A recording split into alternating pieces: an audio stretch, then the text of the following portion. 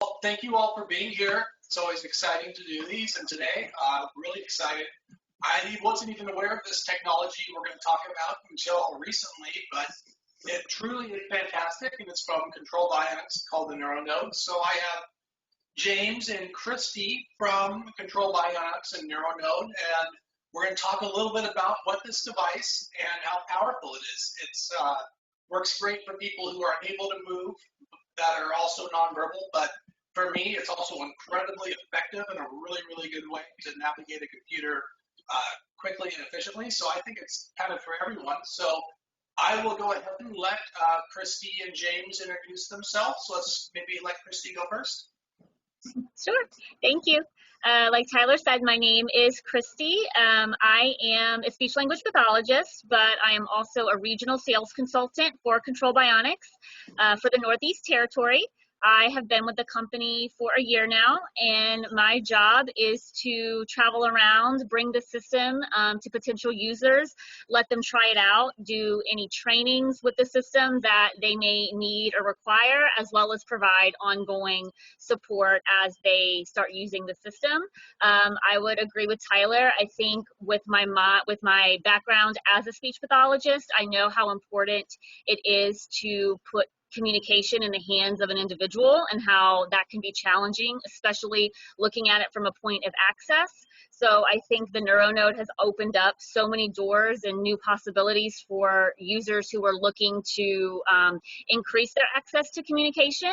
And Tyler's going to demonstrate that for us, really what it's able to do. So that's just a little bit about me and my background. And then we also have James on the call as well, who is instrumental in the NeuroNode's design. Yes, hello everyone.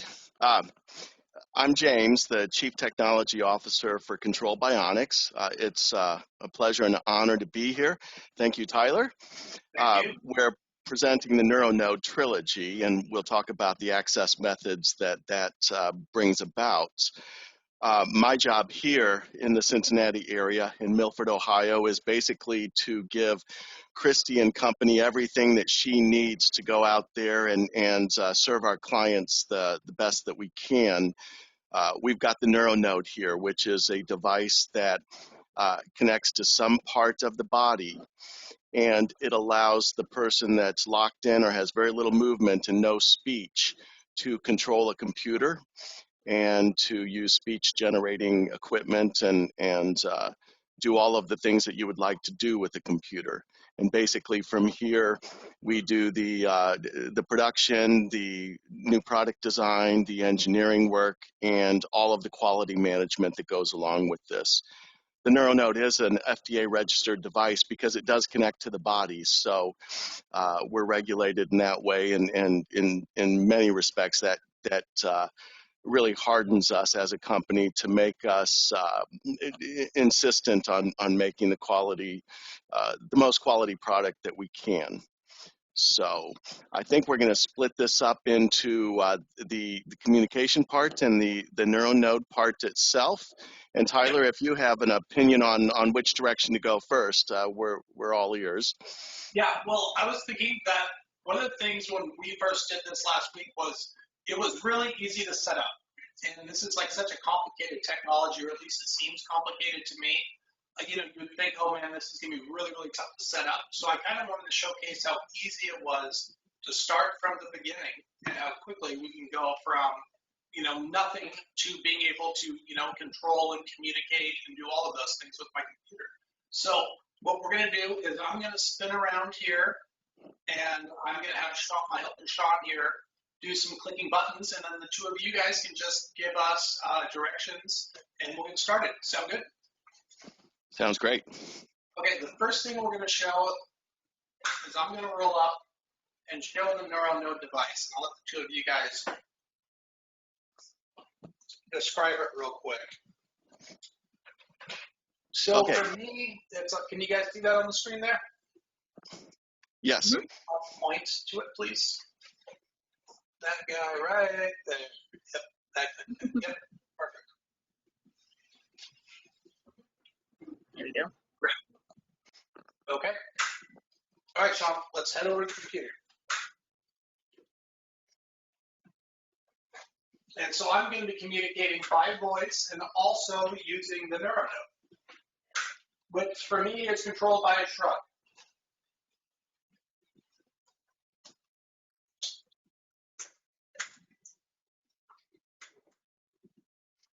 So I would hit the N at the bottom.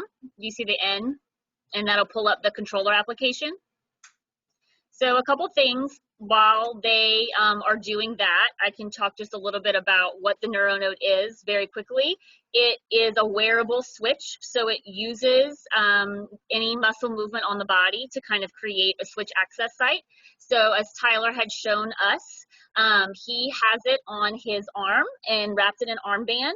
And so we're going to be measuring the movement of that upper arm shoulder area and creating a switch site from that. And we'll kind of start from the beginning and talk about how we're able to do that. We have two ways that we can measure movement on the body. One is EMG, or electromyography, and the other is spatial technology. So with Tyler, we had kind of cheated a little bit and met with him about a week and a half ago and decided that for that particular placement site, spatial was a good activation method for him. So that is primarily what we'll be demonstrating today, but we can also talk a little bit about EMG mode, how you would do that reading, and maybe some potential placement sites for that. So what they have opened up here is our controller application. That is what is going to be doing the reading of the movement and how we're going to modify our thresholds to figure out how much movement do we want to actually create a switch. And I think that's something that they have done, James and company have done an amazing job with customizing how much movement a user actually needs to have in order to create a switch. So like James mentioned previously, we can take someone who has minimal movement and detect those small muscle changes and create a switch site from that through our controller application. So what they have pulled up here is, you see there's a blue line at the bottom and it is constantly moving. So that is what's doing the registration of the movement.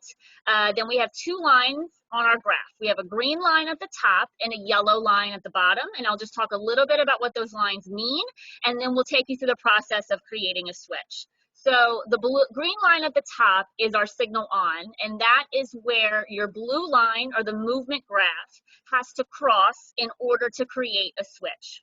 The yellow line, there you go, so he's moving and you see changes on the graph, which is exactly what we want to see, a difference between activation and resting. What the yellow line signifies is, in order for you to make a switch again, your movement line, or that blue graph, has to get below the yellow threshold. And this line is incredibly important, and I think it's one of the things that sets us apart from a lot of other traditional switches, is that we can really filter out some of that unintentional movement if the user is not able to get back to that resting site. So if we just had one line, it could be reading a lot of unintentional movements, or maybe we would have unintentional hits, which is what we don't want. This creates more of a customized level to the user of reading that intentional movement. So as Tyler moves, that's where we see our changes. Oh, that was a nice big spike. So Tyler, if you want to describe what movement you're actually doing right now, and then we can talk a little bit more about the graph. Shoulder shrug. He's just doing a shoulder shrug. Okay.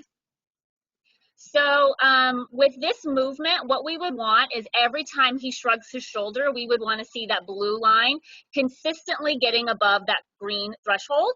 How is that movement for you, Tyler? Do you feel like we maybe need to lower those threshold values? Do you feel it's sensitive enough, or we could make it more sensitive?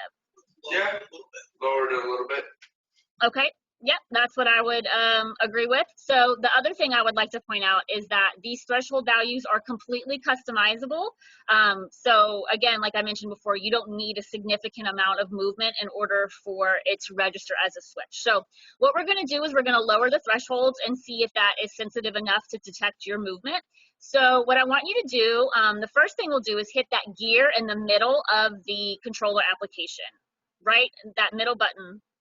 There you go. And what I would like for you to do is scroll down to where you see the signal on and the signal off values. Right under, There you go, right under where it says static scaling. Perfect. So the controller application displays a graph. When you go back, you guys can take a look on the right and left hand side, you'll see numbers. So these values are going to correlate exactly with the numbers that you see on the graph. So what we'll do is I'll probably, and James, feel free to jump in, maybe we can lower it to like a 0.15 and a 0.05, or do you think we should lower it even more? No, I think that's reasonable. That's probably what I would aim for. Okay, And so and the important point here is we aren't the first group that's invented a switch, starting with jelly bean switches. But what we have come up with here is the ability to put the switch, if you will, on any part of the body and completely customize it to the person's abilities with more than just one mode of switching. But ultimately, what we're trying to get from the device is the ability to tell the computer we want to do anything, that we're making an activation. And that's what Tyler is doing here. He's creating a custom switch for his abilities and his bodies and the placement of the unit itself. Can you guys hear me all right if I'm facing the other direction here? I hear you fine. Okay, Yeah. cool. I will top it. We're good. So, yeah, like they said, as long as I stay below that yellow line as I talk, I'm not activating the switch when I don't need to. Or, well, I guess I have to go above the green switch to connect. And before I do my next switch, it has to go below the yellow. And I comfortably stay below the yellow, so that's good. That's right. That's the important thing. You have to go above the green line for it to be a switch. And then you have to relax for at least 1 point below the yellow before it will allow you to make another switch. Commonly, the way that you do this kind of filtering in the AT world is by using something called ignore switch repeats. And you stretch that out as long as you have to stretch it out to get rid of anything that's extraneous, anything that really isn't your original activation. By using that signal off line, that yellow line, you can switch much faster because you just get it relaxed below that yellow line and then you're ready to switch again. And you can use ignore switch repeats in combination with the yellow line, so you can shorten your ignore switch repeats, come up with a good placement of that yellow line, the signal off line, and create a really good switch that doesn't give you false hits, false switches, but allows you to switch really fast. Yeah, and this is really, really cool for me because I like to be as fast and efficient as possible. And so I can dial in my switching exactly where I want. But then on the other end is if you have very little movement, it doesn't mean you can't use a switch. So it's very, very cool. I like one thing to add about the controller application itself and the fact that we have a graph of movement, but also a couple of feedback cues that we're able to use, such as an audio feedback signal or a visual feedback signal when the user gets their blue line above that green, to let them know that they have made enough movement or they have created a successful switch, is that it is really good from a therapeutic standpoint for them to figure out and build that motor planning and really learn how much movement do I need in order to create a switch, and kind of work within that controller application first, and then you have a nice visual to see how much movement am I doing. Do I need to do more movement or less movement? Ideally for our users, I think one of our goals is we do not want to fatigue them throughout the day. So honestly, less movement really is better, that we can be really specific and kind of pick up those smaller movements for less fatigue, but also, as Tyler mentioned, to be much more efficient. Cool. All right, I'm excited. Next step. Yeah, so one more thing I would like to add really quick about Spatial, because it's really cool. And like I mentioned earlier, we cheated a little bit last week and met with Tyler and kind of got him started, is that Spatial reads just a movement. And what it does is it looks at movement on your 3 different movement planes or axes. So your X, your Y, your Z, side to side, front and back, up and down. We tested this movement with Tyler and decided what movement plane we wanted to be very specific and pick up the movement while turning off the reading of the movement on the other 2 axes. That way it's much more specific in that intended plane. But let's say he wanted to move his arm in an opposite plane of where our switch access site is. it would not be as sensitive as if he moved in that targeted plane, therefore not necessarily creating a switch, which in that case we would not want to do, because we want the movement to be incredibly specific for the user so that when they make their intended movement, we're able to pick it up while filtering out those unintentional movements. Exactly. Cool. And that Christy touched on it, but that neuromuscular retraining aspect of it is huge. Most switches, you know you've hit it or not, but you don't see when you're close, and you don't see when you're getting closer to success. Our company comes from neuromuscular retraining, EMG biofeedback. So we've used that expertise to give users a graph to show them when they've almost made the switch. And if you can almost make the switch, then you know that you will be able to make the switch, either by adjusting your switching lines and or just by trial and error learning, operant conditioning, where you get close and you see how you did that, and then you hone in on that activity. And before long, you have a really nice, shapeable switch that's low in fatigue, as Christy mentioned, because that's one of the keys, is to make it as easy as possible. You can set the NeuroNode in the EMG mode to the point where you can't even see the limb or the digit or the area of the body that you are tapped into, but enough of the signal is getting to the muscle fibers that you can use that as a switch. Cool. All right, where to next? Would you like us to talk about the NeuroNode a little bit more in depthly in the controller application, or would you like to just move into demoing within that Trilogy mode? Let's move on to the Trilogy mode, and then as I'm bouncing around, go into depth there. All right.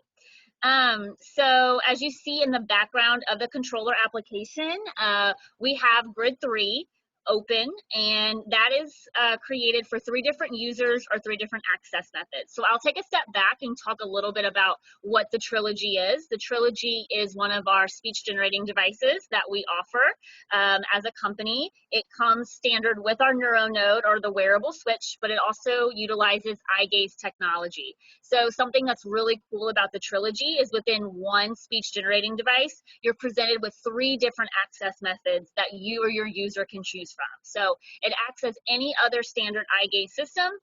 Dwell or blink is going to be your activation, but then in addition to that, you have two other options, for access. One is going to be automatic switch scanning with our NeuroNode as our activation, and then we do have also another option if you wanted to add in step scanning that we can talk about as well. And then what is the most unique to us is our Trilogy access method, and what that does is it combines eye gaze plus NeuroNode. So think about your eyes as your mouse, and your NeuroNode is going to be your click. This access method has been incredibly popular with a lot of our users. I'll say a lot of individuals that we work with primarily are going to be those with a progressive muscle condition such as ALS or SMA. We also work a lot with individuals diagnosed with MS, muscular dystrophy, cerebral palsy, any type of traumatic brain injury or spinal cord injury are a lot of the diagnoses that our users have. So when you get a Trilogy system, it comes standard with Grid 3 communication software, and we have kind of done the work for you in the sense that we have pre-selected or created 3 users based upon the access method. So if you see on the screen, we have eye control. That's going to be your eye gaze system, so dwell or blink. You're not using your NeuroNode at all. Then you have the NeuroNode 3.0, which acts as your scanning access method. So like I said, single switch scanning or 2 switch step scanning. And then we have our Trilogy access method, which is the combination. And I think that's the one that Tyler wants to demonstrate for you today. So all you need to do is just touch Trilogy and hit open, and then we can calibrate the eye gaze. Perfect. And you can use 2 NeuroNodes if you wanted to do 2 switches. Traditionally, we'd use a single NeuroNode for 2 switches, but we could also talk about a case of if you would need to use 2 NeuroNodes. But as a package funded through insurance, you get 1 NeuroNode that comes with that. And we are fundable through Medicare in all 50 states. We offer, we're fundable through Medicaid in about 35 states. So at the end of the webinar, if you're curious, you can shoot us an email and see if we're covered by Medicaid in your state. And then we also offer private insurance funding options on a case-by-case basis. Yeah, we'll get lots of questions about that funding. Mhm. And if I could add one thing, Tyler, about what Christy just said, uh, just a little bit about the NeuroNode. It's a Bluetooth low energy device. And the thing to know is it's got two Bluetooth services. One is that physiological data that you see on the graph. But the other thing it has is it's a Bluetooth keyboard. That's why you can use multiple ones, because you can tell it to send out different keys. And that's why it's easy to set up with equipment, because to your equipment, it just looks like a Bluetooth keyboard. And that's the way that you set it up. So when Tyler is going to make his activation by that shoulder shrug, what it's doing right now is it's just sending out the space key, and grid 3 is reading that as the switch selection. All right, Exactly. so I'm going to type out a message as if I was nonverbal, so I can communicate with my caretaker or family member or friend. So I look at the letter I, and I shrug, so it selects, okay? And I look at my next one. And then, so maybe the word I want is not on here. I can pull up a complete keyboard here and start typing out my own word.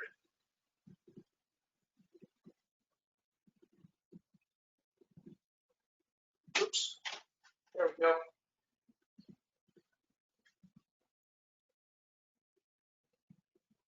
And it's got great prediction, so I am, and I can speak it.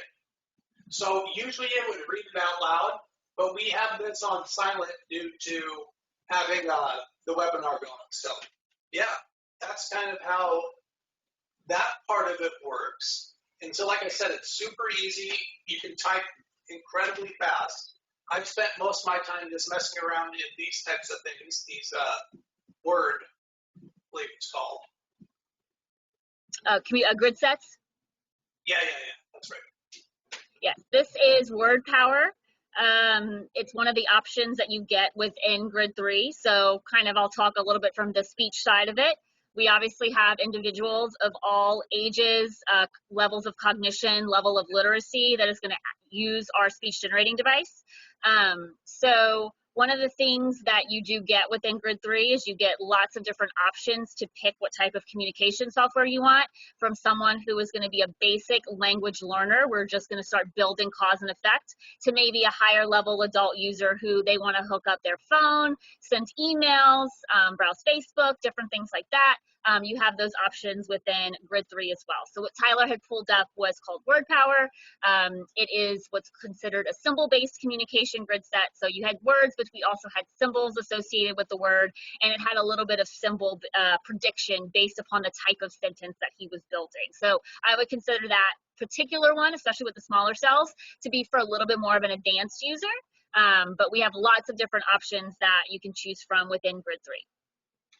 Yeah, definitely. So, that's awesome for someone who's nonverbal, or, even someone who's maybe nonverbal and English isn't their first language. Being able to use photos is really important. And like I said, you can learn really, really easily. And, but there's lots of options. Like they said, everyone likes apps. So I can click on my apps here.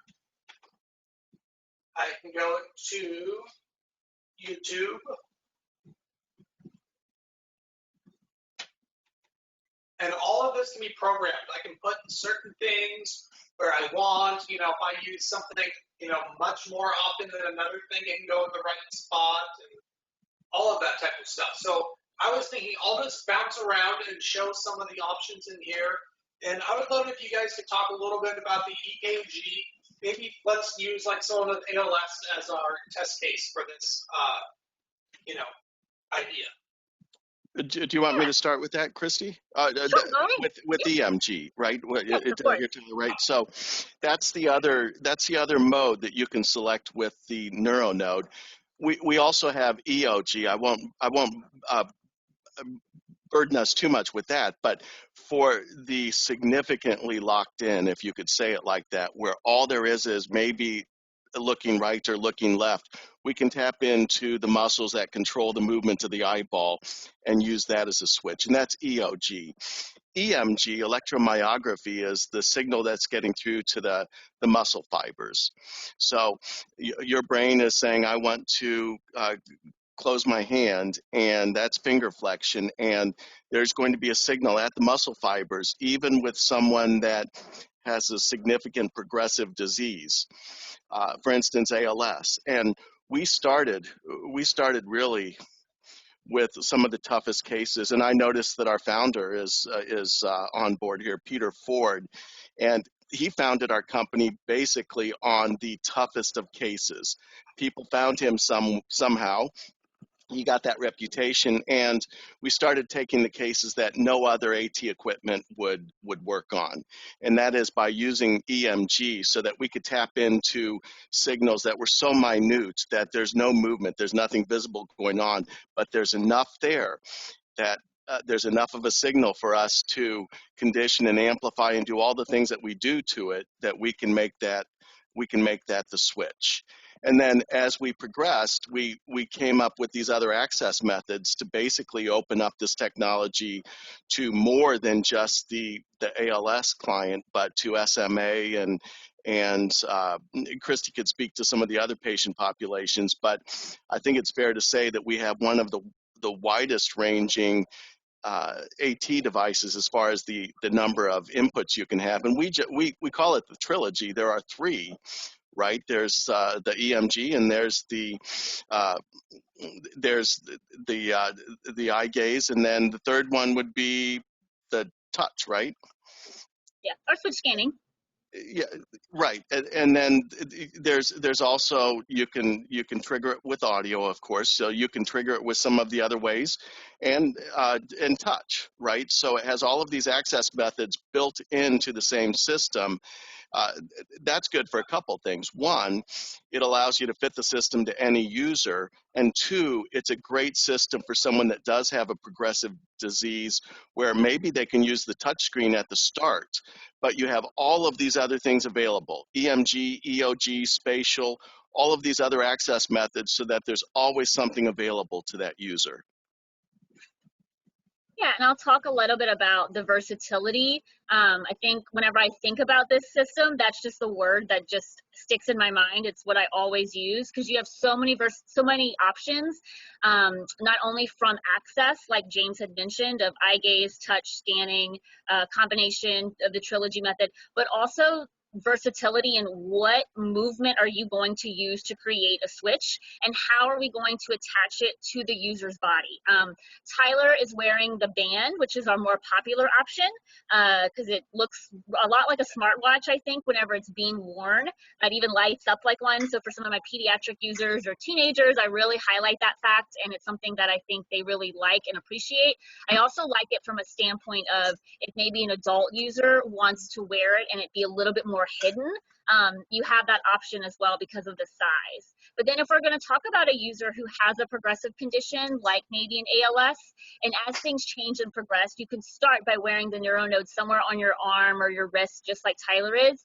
But then if you slowly start to lose that movement, and maybe the only thing that is left that you have good control over is a facial movement, we can use that and create a switch site for that. And so how we would do is, I kind of set up my NeuroNode here, but the NeuroNode would just snap into this little base, and we have these single-use electrodes that can do the reading of facial muscle. So I would say our two more common placement sites for that would be an eyebrow raise. So using your eyebrow as an activation, or smiling would be another option. And then we also have this single-use adhesive that the NeuroNode could snap into. Let's say if we wanted to tap into a shoulder elevation or a shoulder shrug, like I said, Tyler's wearing it in Spatial, but you can actually take that same movement and create an EMG switch site for it by using these single-use adhesives and putting it directly on the skin. I have some users who they actually have multiple placement sites depending upon their positioning, maybe on their wrist when they're in the chair because it's comfortable, and then when they're in the bed, they're going to put it around their foot. And it just transitions very seamlessly, very easily, and very effortlessly. And I think that's something that's very important to highlight as well, because we do not want to increase the burden of caregivers with this system. One of the fancy, good things about the NeuroNode I like within the controller application is the option to save the settings. So like I had mentioned, we had got on with Tyler about a week and a half ago, figured out what his access method was going to be. We adjusted his threshold levels, and I want to point out we did all of this virtually, so we are still kind of business as usual during this time, and it was able to, we got him up and running in probably 10 minutes, and we saved the settings, saved it to the NeuroNode, and I know he pointed out that he's used it multiple times, and the settings have been, fairly consistent. So once we kind of hone in on that and we get a good placement site, we get a good access method through movement, and then we can customize their controller application settings, it's really, really easy to get that day-to-day use. Yeah, and then for normal internet browsing, it's very similar. You have, I kind of showed it towards the end of my demo there. There's a little bar on the right where I can choose right click, left click, and some other functions. So I can just pop in Internet Explorer and navigate a computer without some of the preset things that were in Grid 3. So it's really up to you what you prefer. And then Grid 3 is really customizable. You can move things around, kind of set up your favorites, all those types of things. But most importantly, like Christy mentioned, it's really easy to set up. My caretaker helped me set this up. So you don't need someone she's not tech savvy, so you don't need someone tech savvy to help get this installed. And I know that's often a huge barrier for assistive technologies. It's just, being able to actually get it set up properly. It's super easy. It's through a Zoom call. They help you do everything remotely, and it's okay. So I think, Tyler, one thing that lends to that is the fact that the interface is the same. So you have the same panels, but during the day, you can switch your access modes. So you may have that golden hour where eye tracking is working great for you in the morning or whenever that is. But come evening or with a little fatigue, maybe eye tracking is not the best thing for you. With all the same panels, you can just switch over to switch scanning and just use the NeuroNode and have the system go through the choices, and you make your switch when it gets to your choice.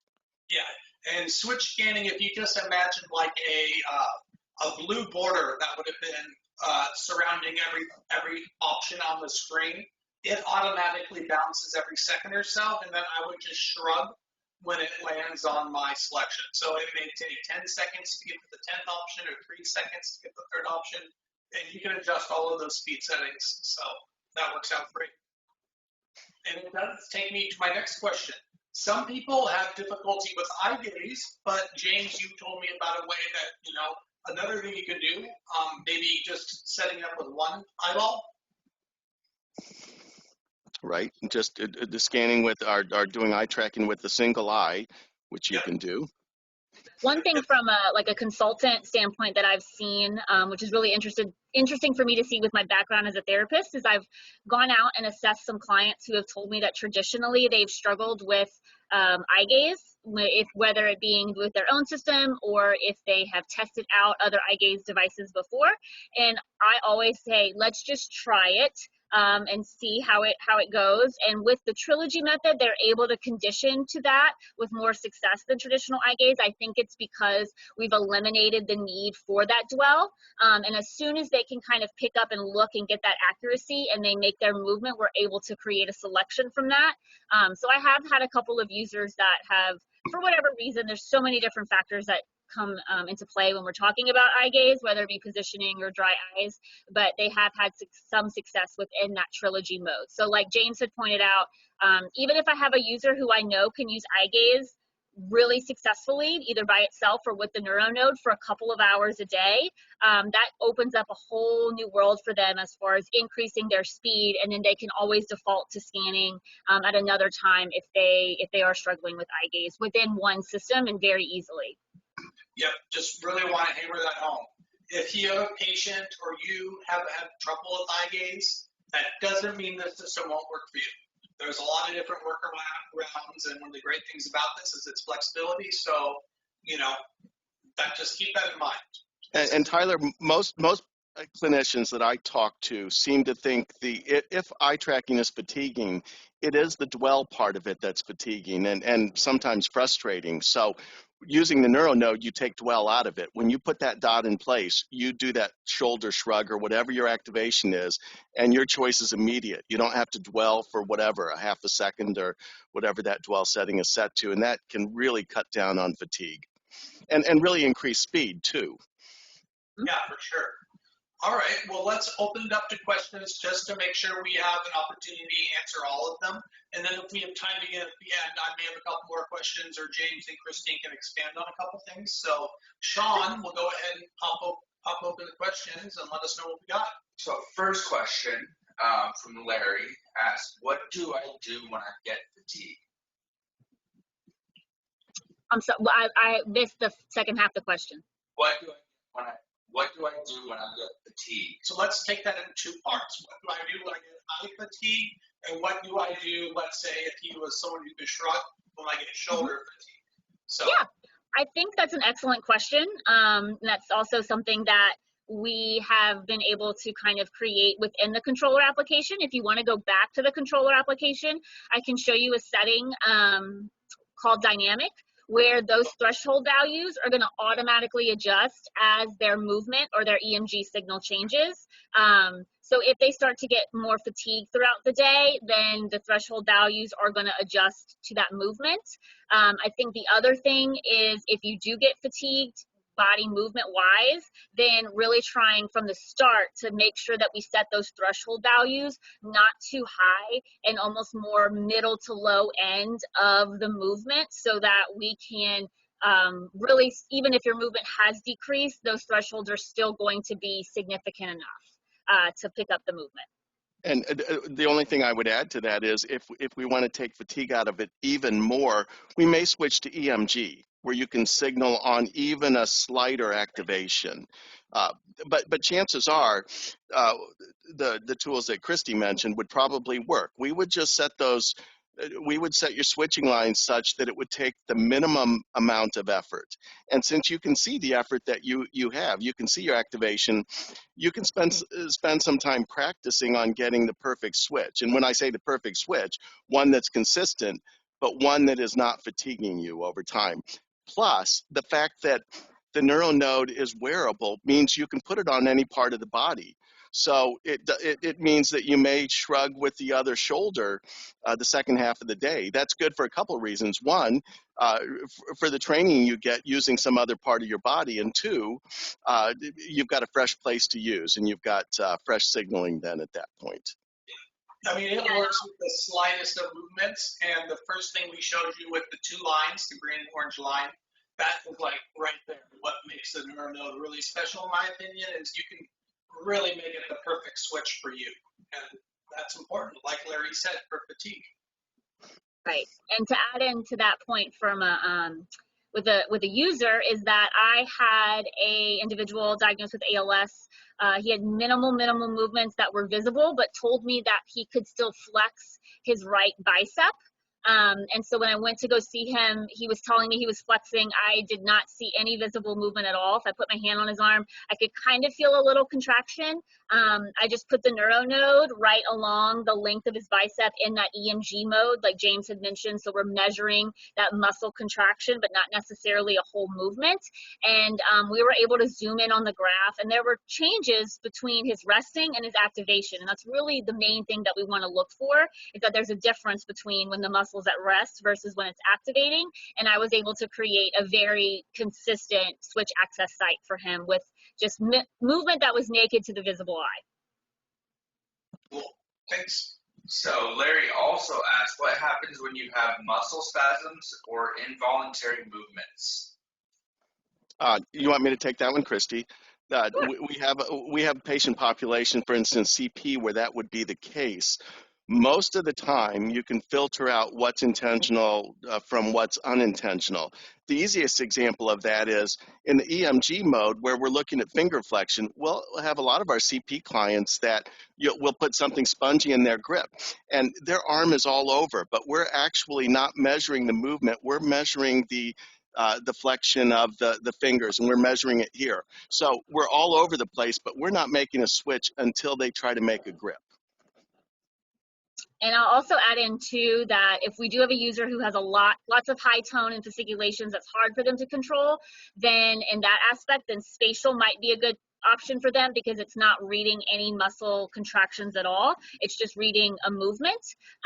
But also going back to the addition of that signal offline, that yellow line, for some users who maybe when they go to contract and I see a lot of secondary, movement or fasciculations with their EMG signal, I'll throw that yellow line all the way to the bottom of the graph so that they have to rest. So they can cross that green line 6 or 7 times, but if it did not get back below the yellow, that's still counted as one switch. So that's one way that we can kind of filter it out. Second would be using spatial, and also a third on top of spatial too is because it's so sensitive, sometimes I'll try to put it on a part of the body that maybe they don't have a lot of involuntary movement of, and then if we can hone into that specific movement plane, then we are still, they can still move, but it might not register as a switch unless they move in that specified movement plane.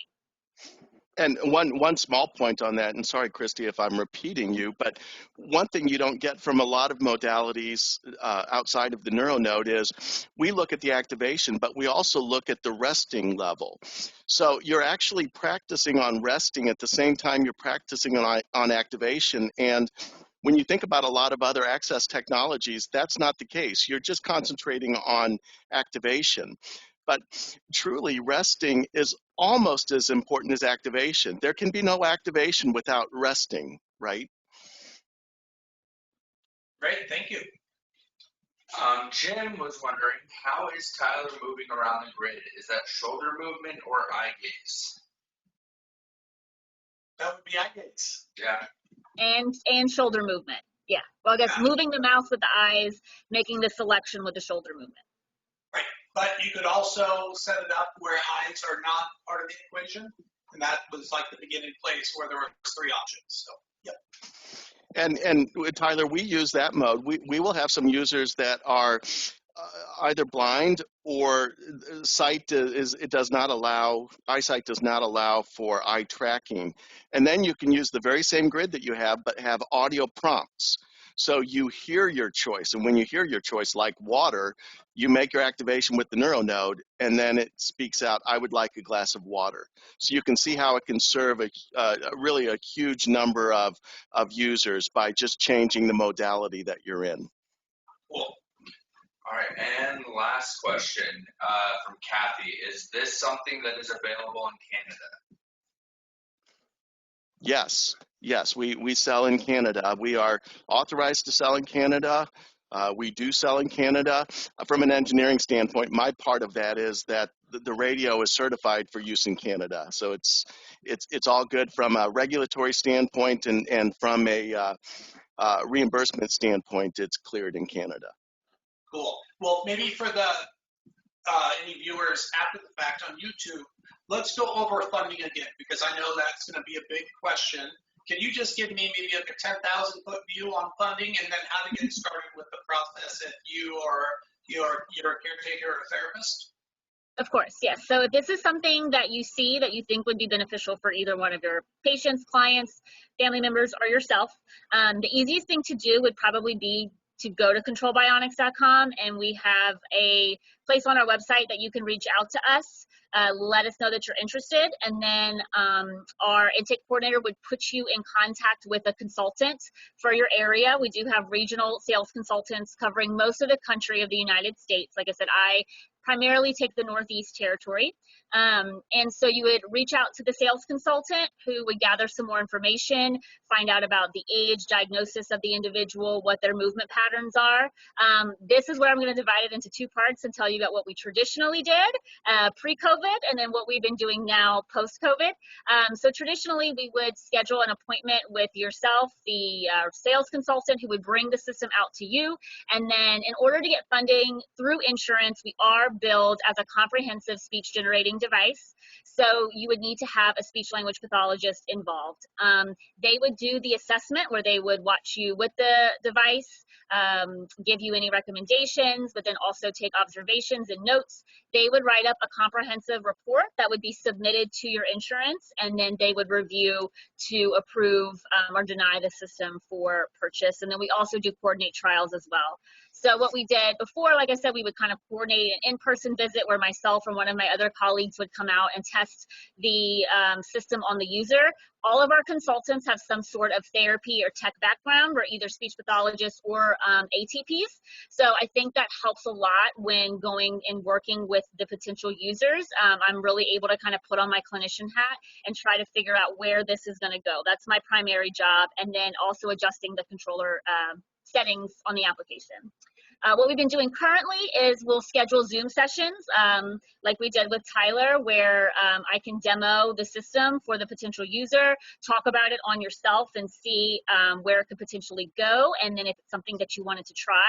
If it's something that you wanted to try out, we could ship the trial system directly to the user themselves and then be available via Zoom for remote implementation and setup, as well as having the therapist available via telehealth or in person if they're able to go out. So that's kind of how we've been able to navigate. I think, like I had mentioned earlier, I'm, on the East Coast, Tyler's on the West Coast. We were able to get him, James is in Ohio. We were able to get him set up and going in about 10 minutes without having someone, physically there besides a caregiver that could help put it on him. And we were able to get him going.